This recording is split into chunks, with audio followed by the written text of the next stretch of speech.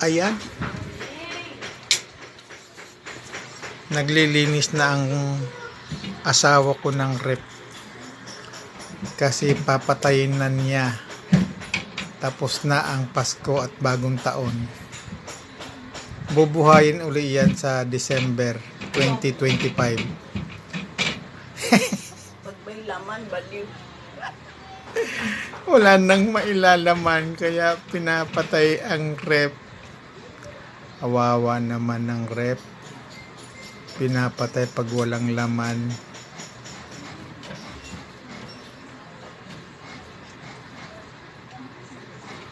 Ayan. Napatay na. Tapos na ang Pasko.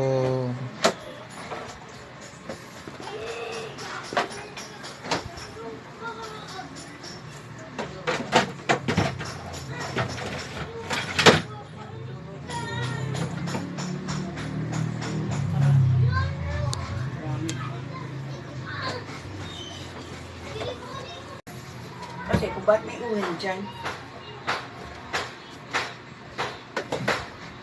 Ayan, pati yung mga empty bottle. Kahit lagayan ng ngalan ng tubig. Wala rin laman. Kahit tubig na lang, wala pa rin laman.